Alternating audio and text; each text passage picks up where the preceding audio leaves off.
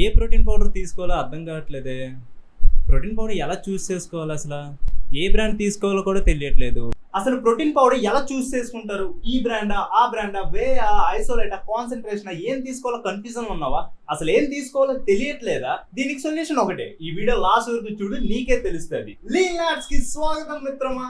అయితే నేను ఇప్పుడు చెప్పబోయే 7 పాయింట్స్ ని గుర్తుపెట్టుకోండి. మీకు కావాల్సిన వే ప్రోటీన్ ని కొనేసుకోండి. అయితే మీరు ఏ బ్రాండ్ లో పర్చేస్ చేసుకోవాలనుకుంటున్నారో ఆ ప్రోటీన్ పౌడర్ డబ్బా బ్యాక్ సైడ్ ఒక న్యూట్రిషన్ చార్ట్ ఉంటుంది, అది చూడండి. First point, 20 to 25 grams of protein per serving or scoop వస్తుందో లేదో చూడండి.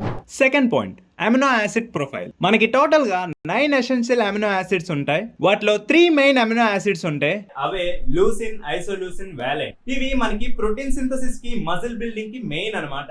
పర్ స్కూప్ కి leucine 2.5 grams to 3 grams muscle building కి, isoleucine 1.3 to 1.8 gram energy and రికవరీకి, valine 1.3 to 1.7 grams endurance and muscle repair కి. వీటినే BCAA అంటారు, branched chain amino acid. Main గా లూసిన్ కంటెంట్ కరెక్ట్ గా ఉండేటట్టు చూసుకో, ఎందుకంటే ఇదే మనకి ప్రోటీన్ సింథసిస్ ని యాక్టివేట్ చేస్తుంది. ఇండైరెక్ట్ గా మజిల్ బిల్డింగ్ కి హెల్ప్ అవుతుంది అనమాట. Third point, calorie count. మీరు వెయిట్ లాస్ చేస్తే తక్కువ క్యాలరీస్ ఉన్నదని చూస్ చేసుకోండి, like 120 to 150 calories per scoop.